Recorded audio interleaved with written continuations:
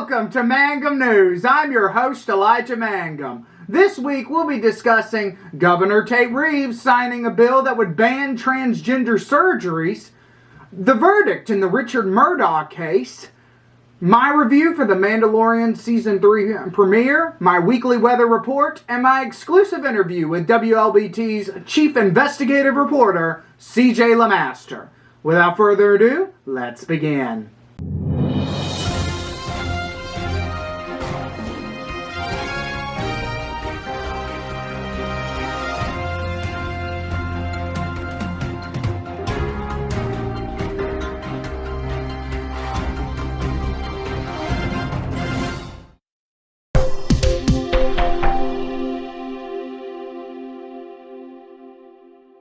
House Bill 1125, which bans gender reassignment surgeries and other gender procedures for minors, was signed by Governor Tate Reeves on Tuesday.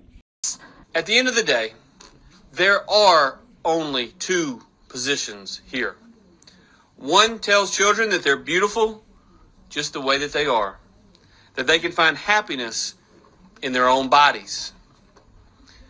The other tells them that they should take drugs and cut themselves up with expensive and experimental procedures in order to find freedom from depression. At the signing, conservative commentator Matt Walsh of the Daily Wire was invited to speak. I want to thank the governor and the lawmakers here in Mississippi who have done the right and necessary thing by banning the horrific medical abuse of children. I'm extremely encouraged to not only see this law being passed, but to see the national movement that we have been able to build, pushing back against the gender ideology madness that has a stranglehold on our society and on our children for far too long. Meanwhile, protesters peacefully gathered outside the Walter Sealers building. To say once more, this is wrong, it's unjust, and it's going to cost lives.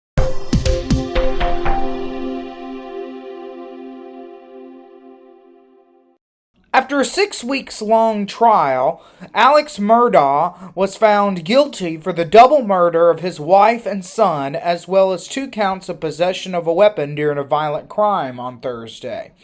On Friday morning, Murdaugh was sentenced to 2 life sentences without any possibility of parole. Murdaugh pleaded not guilty and plans to appeal.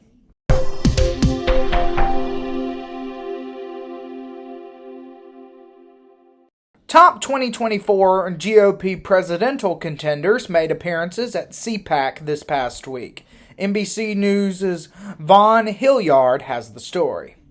I'm thrilled to be back at CPAC. The type of Republican activist he's relying on to catapult him back into the White House. We're going to see this battle through to ultimate victory. We're going to make America great again. CPAC, the annual conservative gathering, a wild scene of Republican enthusiasts and a crowd overwhelmingly supportive of Trump's 2024 bid. Donald Trump. I'm a MAGA guy, through and through. There's nobody stopping him. What are people coming to buy?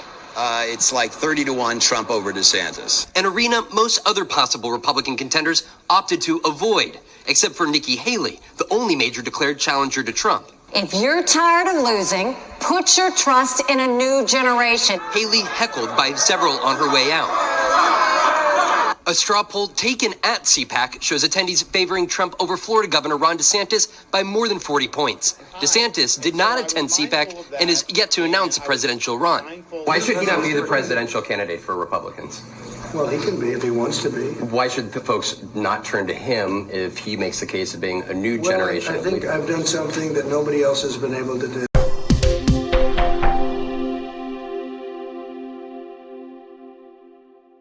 The Mandolorian Season III premiere was a solid kickoff to this season and a recap to previous seasons as well as the Book of Boba Fett. This episode is carried by entertaining action and some adorable Baby Yoda moments, but nothing super special. Overall, I'll give it an 8 out of 10.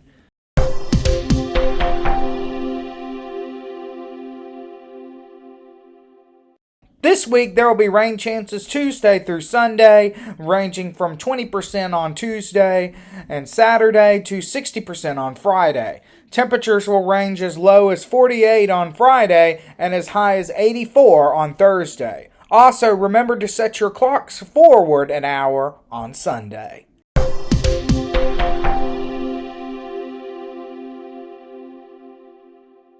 Can you describe a little bit of what your motivations were and your education and the career you've had so far? So I started at WTVA in Tupelo. A friend of mine had reached out to me and said, "Hey, he knew of like 2 or 3 people that were going to be let go, and he said they're going to have positions open. You should go." And I had just kind of taken a break from school, and I thought, I don't know. I was in my early 20s at the time, and I said, "Well, sure, I'll go." And I knew the guy from college, and I get the job over there, and I just fell in love with it. I just loved everything about it. I was working behind the scenes. I was running camera for some newscasts. Sometimes I would run audio. Sometimes I would. Back then, you had a tape roller because some of all of our video was basically edited on tape and played out of different decks during the show to be able to. Nothing was digital at that point. This was in 2004. So it looks very different now than it did in that newsroom. And so I started, I grew up in North Mississippi. I'm from Boonville, which is about 25 minutes north of Tupelo. And so I grew up watching all these people. And so I go to work there and I'm seeing these people that I grew up with, and you're kind of starstruck. And but then I got to where I really fell in love with news and broadcast. And so I told myself, well, I'm going to go back to school at Mississippi State, and I'm going to go into broadcast journalism. I was a communications major with a double emphasis in broadcast journalism and public relations. And so I finished up in that in 3 years, and got a job, thankfully, at that same station as a reporter a month out of graduating. And so it was crazy. It was fun. It wasn't what I expected. It worked out. It was a lot of fun. I was very awkward. I made a lot of mistakes. We all kind of do in the beginning. It's one of those weird things, Elijah, where it's almost like a singer who doesn't know their range yet. So when you start out, you don't really know what your voice is supposed to sound. You think you do, but you really don't. And so the first couple of years for me were kind of finding that voice. And I remember management telling me, well, you need to, maybe you should impersonate somebody. That's the way you do it. And I'm like, no, because I do impressions anyway. Like I would do that in college. So I'm like, I'm not going to sit up there on air and be a character. And that's not, I'm just going to be really awkward until I get it.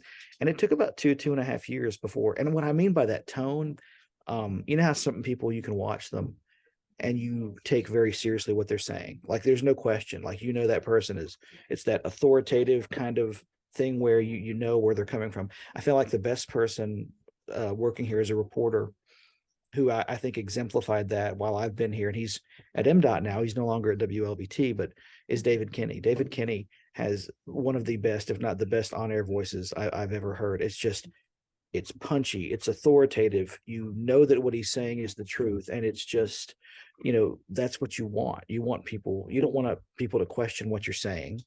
We're already doing everything we can to make sure what we're giving you is the most accurate information. But you have to sell it. You have to sell that you're, hey, I'm telling you what you need to know, but I don't want to give you reasons to doubt what I'm telling you. And so it took a while.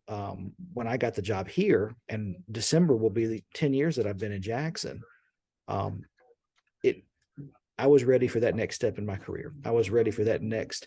I had worked in Tupelo 5.5 years. I had been a reporter. I had been promoted to morning anchor, and then I was a weekend anchor for 3 years there. In fact, it's kind of interesting. So, Keegan Fox at WAPT. Mm-hmm. I co-anchored with her in Tupelo when she worked. So we worked together as co-anchors in the morning for about 8-9 months. And so it's a very small industry. Everybody knows everybody. And so when I came here, I had that foundation, thankfully, and was on weekends for a little bit. And then I got the news director at the time, a guy named Hatton Weeks, said, I think we want to put you on doing investigative reports. And I said, okay. It was very interesting to me. I took an interest in it. I was already doing some research and some things like tracking different things, writing things down, using spreadsheets and other things that kind of go outside your typical day-to-day story. And then you look up one day, and I've kind of been in that role for several years now. So it's kind of crazy how time flies. But it has been an amazing ride so far. I have no regrets that I've been in Mississippi for all of my career. This is my home. This is my home state. And I feel like the stories that we tell here are incredibly important, so it's definitely been a change. It's funny that this came up too, because this week started another phase in my journalism career. They during the pandemic, there were a lot of things that happened in terms of we had staffing issues. It was hard for anybody to find work. I was doing what we call full-time investigative, which means that I'm not necessarily turning a story every day, but I do research and long form pieces, 3, 4, 5 minute pieces that'll air every now and then. And then when the pandemic hit, I was doing stuff every day. And that continued up until this past week. And so now I'm back full-time investigative, but then I'm also anchoring 5 days a week, which was the first time I've done that since Tupelo. I was anchoring here 2 days a week when I was on weekends. And so I co-anchor now with Maggie Wade on the 5 o'clock newscast. Started that Monday. Maggie was out until yesterday, so we co-anchored yesterday and today together. And this newscast today was fun because the prompter went out. So it's Maggie, and she's behind me now, but Maggie did a whole lot better job than I did. I'm sitting here doing this number when I'm, but she's a consummate professional, and it was great. But and I'm rusty to some degree. I've not had a co-anchor in a long time, and so it's going to be an interesting thing for me. But I love it because it's like you never want to be in a point where I always want to be learning and getting better. That's like the whole point of it, right? You want to make sure that you're getting better, and you don't ever want to be in a point, regardless of what you do, where you feel like you're burnt out. And as long as I feel like things are still challenging me, like this job is certainly challenging in a good way, then you're going to want to stay in it. So I think it's an interesting thing that getting your email and everything, because this I did these changes happening this week, and some of the things that we're going to be talking about as far as changing some of our investigative stuff in the future, which we talked with management about. I can't really share here, but it's exciting times, and I'm looking forward to being able to do more and offer more, and hopefully give people watching at home, and whether it's in Jackson or any of the metro counties, central Mississippi area, that you want to know that we're doing everything we can to get answers to what you need to know about. And on the investigative side, a lot of times that's people who are doing things they shouldn't be doing. A lot of times it's public officials that are, corrupt. I spoke at a class this past week, an ethics class at Mississippi College. A good friend of mine who used to be the Byram police chief, Luke Thompson, had asked me to come speak. And he asked me, he said, well, can you give some examples of corruption you see? And I said, okay. And he said, can you give some examples of some of these elected officials doing what they're supposed to do? And I'm like, well, I don't cover that, because, if you don't break if you're following the law, I'm not going to give you a prize for it. I'm not going to do a story on it. You're expected to follow the law. It's only when you don't that we start getting involved and want to know what's happening. So I hope I answered your question. I went around the world, I know, but well, let's just put it this way. This sums up Courtney Ann Jackson when I interviewed her a few months ago, and we've run into each other a couple times since. She described it this way, and I feel it this way, and maybe you, that she said that that her shortest stories are the ones that are on camera. And I feel the same way. I love that's part of what has made this career feel like it's something for me, because I always been told that I need to talk for a living, and I love to talk, and I love meeting new people and experiencing different things. So But yeah, there was a lot of things I had wondered when you brought that up towards the end there. I had wondered this week how there has been a little bit, it looked like it had been a little bit of a shakeup of who was on the anchoring on it. So I think it was interesting the way it's kind of ended up. Well, and it's kind of like, it's not, it kind of reminds me of, so when I first started, Bert Case was still here. Yeah. Marsha Thompson was still here. And so, you had sort of those same, I want to say Bert, and I'm going to get this wrong. I hope I don't get this wrong, but I think it was Bert and Maggie at 5. I think Howard and Marsha at 6, and then Howard and Maggie at 10. I think that's right. And so, Maggie did 5 and 10, Howard did 6 and 10. And that's kind of like what this is now. It's Courtney Ann is with Howard at 6. I'm with Maggie at 5, and then Howard and Maggie are together at 10. And then of course, obviously, Patrice doing 5:30 and 9 o'clock on Fox. And Ashley Garner's taken up a lot more than she used to do too. That's right. Yeah, she's doing the 4 o'clock now, which is great. Yeah.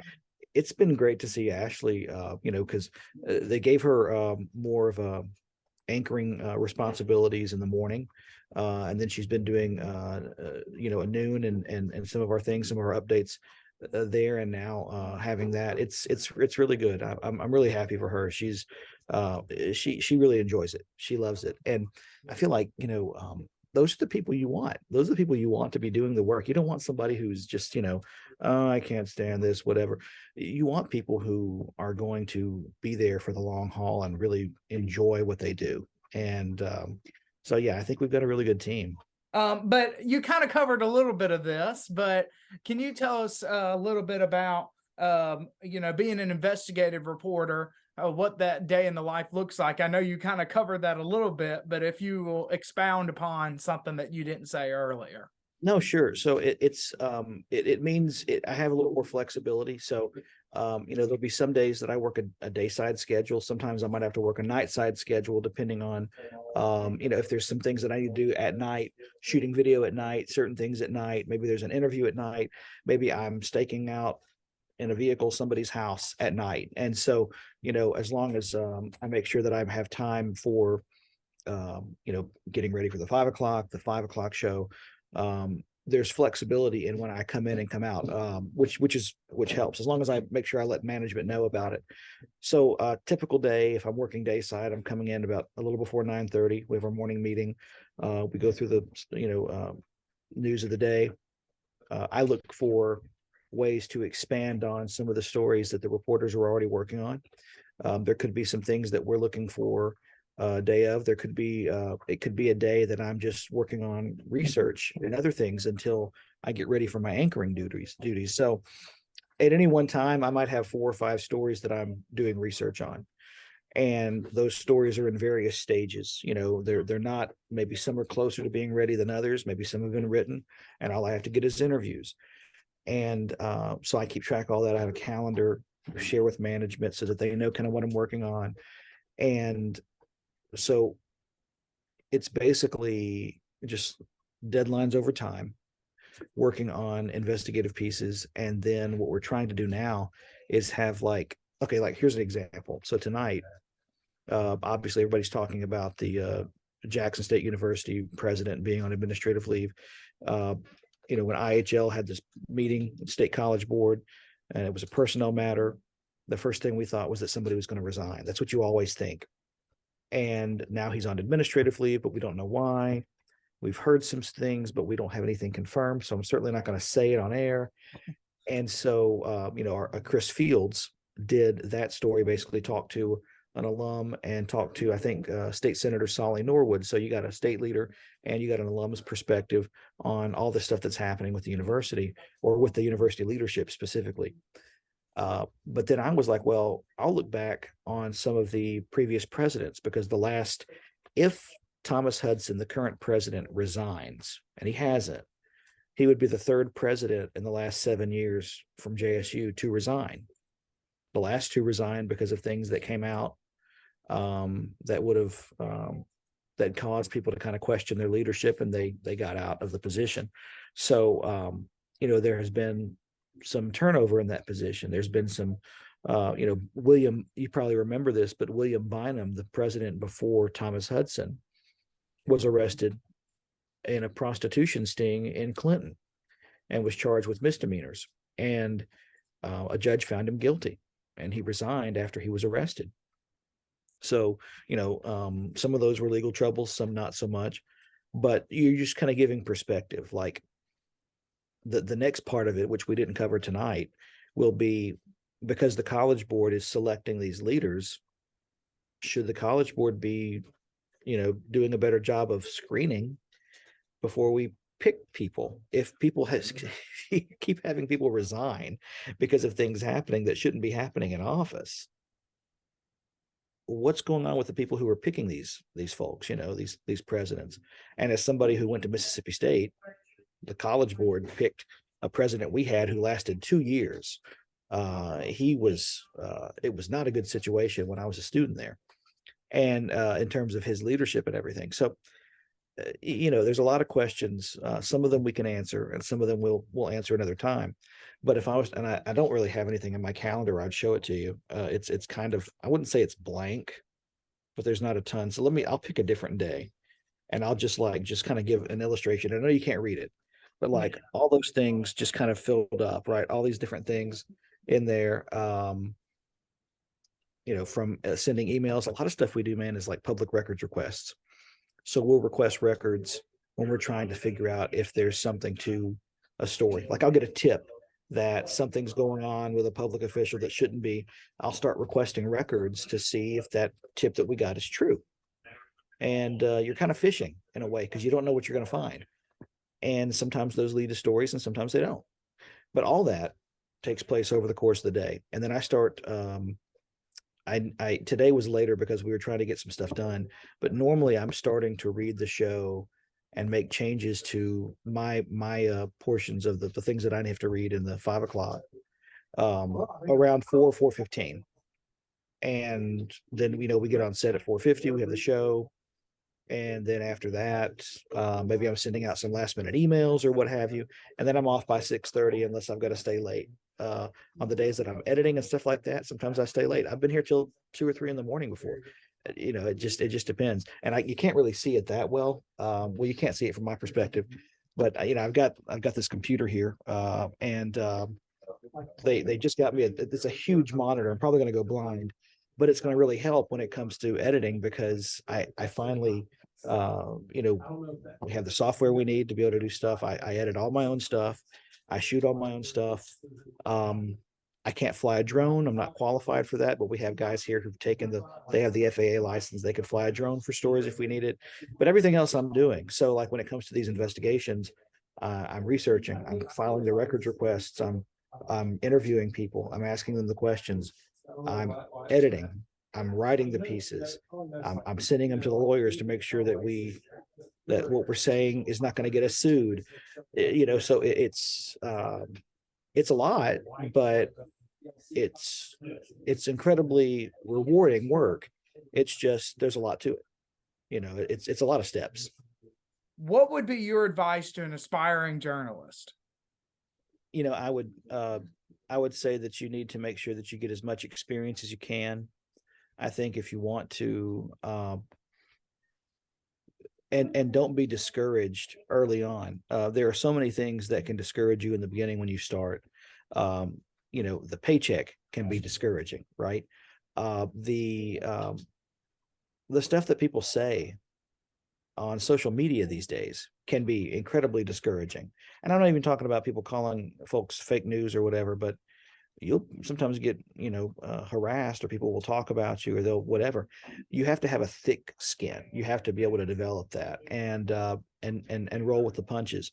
And part of that too is in being able to take criticism. When I don't have the link, but I could show you my first resume tape, and I cringe every time I watch it. It was just so painful. But I'm so grateful for that, because people saw that. They gave me tips. I watched my own, you watch your own work and you start to see things and you self-correct, and eventually you grow, you get better. But I think the best advice is just don't give up along the way. Keep going with it. If news and sharing information with people, getting them answers, being able to take the most complex story and break it down so somebody can understand it and why it matters to them, which is a huge thing. I mean, then do it. Then go into it. You know, we have so many great resources in Mississippi for journalists, not just the Ole Miss School of Journalism. JSU's got a great program. You're talking about Hines. Hines is great. Southern Miss has a pretty good program, especially on the print side. I'm partial to Mississippi State. There are some things that we could improve there. You know, it's not it's Ole Miss and State are up there in terms of what their programs offer. But there's all kinds of things that you can do if you're a Mississippian and you want to be able to get into it. I would just say, don't give up and don't get discouraged. You know, I think those are the biggest things to do, because you're going to hit roadblocks in this industry, and how you deal with them is going to determine whether or not you look back and it's like, wow, it's 5 years and I'm still doing this. Like for me, it's like, wow, it's been 15 years and I'm still doing this. I can't believe it. But I wouldn't want to be anywhere else. I'm happy where I am, and grateful to be in a position where we can help, not just shape conversations and everything, but inform people and hopefully keep people from doing, maybe not keep people from doing things they shouldn't be, but we'll put them on blast when they do, and maybe that'll keep others from wanting to do that. I had somebody tell me once that you just cover negative news, you just do negative. I was like, no, I don't see it like that. I see it as, we're telling you about things that somebody is doing and they shouldn't have been doing it. And what I hope is something positive comes out of it. Maybe the people who are in charge of that person are more careful next time. Maybe people in other counties who watch that are like, I don't want to do that. So maybe something positive comes out of it. And that's what I hope. I hope that every story that we do has, something positive, because otherwise, what's the point? If what we're doing isn't making a positive difference, what's the point of what we're doing? That's all we have for this week. Make sure to like, share, and subscribe on YouTube, Facebook, and Twitter. Thanks for watching, and we'll see y'all on Monday.